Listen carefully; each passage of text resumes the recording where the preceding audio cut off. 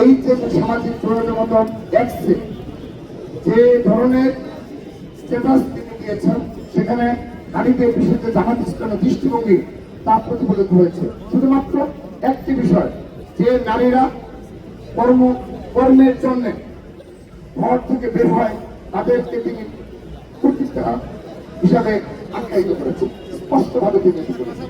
আর বাকি কোনো জায়গায় আমাদের যে এজেন্ডার দৃষ্টিভঙ্গি, সেই দৃষ্টিভঙ্গি ফুটে উঠেছে। প্রিয় উপস্থিতি, যখন এটি নিয়ে পুরো বাংলাদেশের পুরো বিশ্বে প্রতিবাদের ঝড় উঠেছে, তাৎক্ষণিকভাবে তিনি জানিয়েছেন এটি নাকি হ্যাক হয়েছে।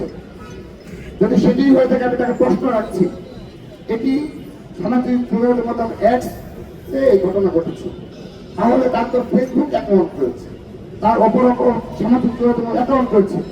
তিনি যদি 1-2 মিনিটের মধ্যে 5 মিনিটের মধ্যে যদি তিনি অবতারণা করতেন যে ঠিক আছে আমার এটি হয়েছে, তারপর মানানসই হইত।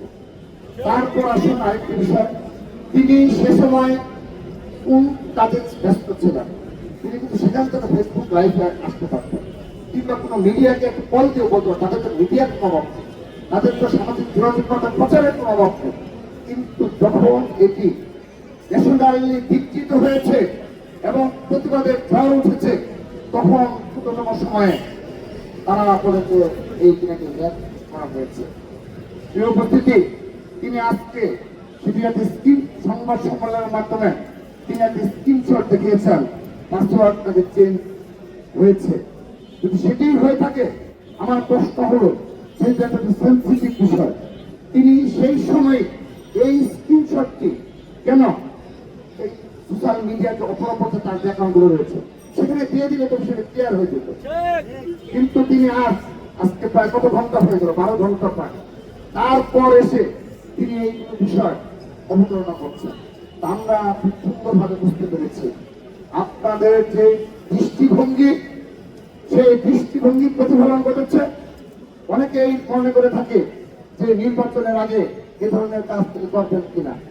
তাদের যে দৃষ্টিভঙ্গি, বিগত 5 আগস্টের পর থেকে পুরো বাংলাদেশের যারা সহজ সরল মা বোন রয়েছে আমাদের, বিশেষ প্রত্যন্ত অঞ্চলে, গ্রাম অঞ্চলে, সেখানে তাদের নারীদেরকে এ ধরনের বক্তব্য পেশ করে বলা হয় যে আপনাদের ঘর থেকে বের হওয়া যাবে না, আপনারা যে গৃহিণী হিসেবে রয়েছেন এটি নারীদের থাকতে হবে, আল্লাহর রাস্তা থাকা এটি একটি নিয়ম, এবং ইসলামকে প্রতিষ্ঠিত করতে হলে আপনাদের ঘরে থাকতে হবে।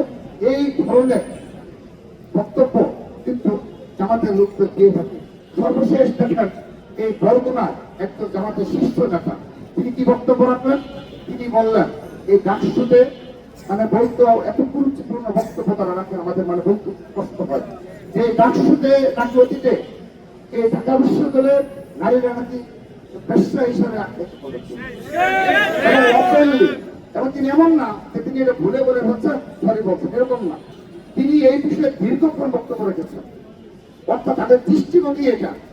এবং আপনারা আরেকটু লক্ষ্য করবেন, এই জামাতে ইসলামের যারা নেতৃবৃন্দ শীর্ষ, এবং বিশেষ করে আপনার নারী নেতৃবৃন্দ যারা রয়েছে বাসায় বাসায় যাচ্ছে, তাদের কোনো ভিডিও ফুটেজ আপনারা পাবেন না। তারা কি বক্তব্য রাখছে, তাদের কোনো বক্তব্য আপনারা পাবেন না।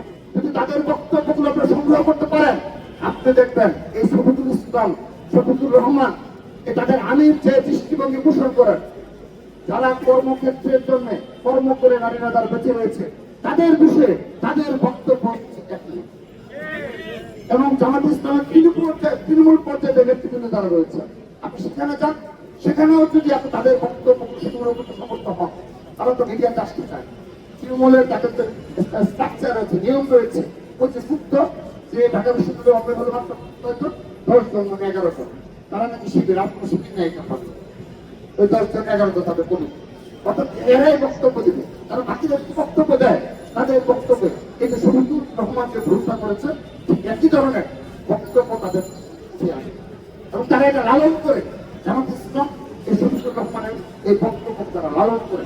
তারা ভাবে যে নারীদেরকে গৃহবন্দী করে রাখতে হবে, তাদের কোনোভাবেই কর্মক্ষেত্রে যেতে দেওয়া যাবে না, এটা তাদের আনুষ্ঠানিক বক্তব্য। সেজন্য তার এ ধরনের গুরুত্বপূর্ণ বক্তব্য, এবং বিগত 1.5 বছর ধরে, 1.5 বছরের অধিক সময় ধরে জামাতে ইসলাম এবং ইসলামী ছাত্র শিবিরের ধারাবাহিকভাবে নারীদের নিয়ে যে কুরুচিপূর্ণ সোশ্যাল মিডিয়াতে যে কুরুচিপূর্ণ আচরণ বারবার তিনি এই নারীদের চরিত্র হরণ করা, আমরা তার প্রতিবাদ জানাচ্ছি এবং আমরা তার দৃষ্টান্তমূলক শাস্তির দাবি জানাচ্ছি। আমরা বিশ্বাস করি আইনের গতিতে চলবে। জামাত ইসলামের যে সকল নেতৃবৃন্দ, ইসলামী ছাত্র শিবিরের যারা এই নারীদের চরিত্র হরণের কাছে যুক্ত রয়েছে, সোশ্যাল মিডিয়ায় বুলিং এর কাছে লিপ্ত রয়েছে, আমরা বিশ্বাস করি অবশ্যই তাদেরকে আইনের আওতায় খুঁজে ডুবরে নিয়ে আসা হবে। এটা আমরা আশা করি, আশা রাখি। আর আরেকটি অবতরণ ইতিমধ্যে করা হয়েছে, খুবই গুরুত্বপূর্ণ।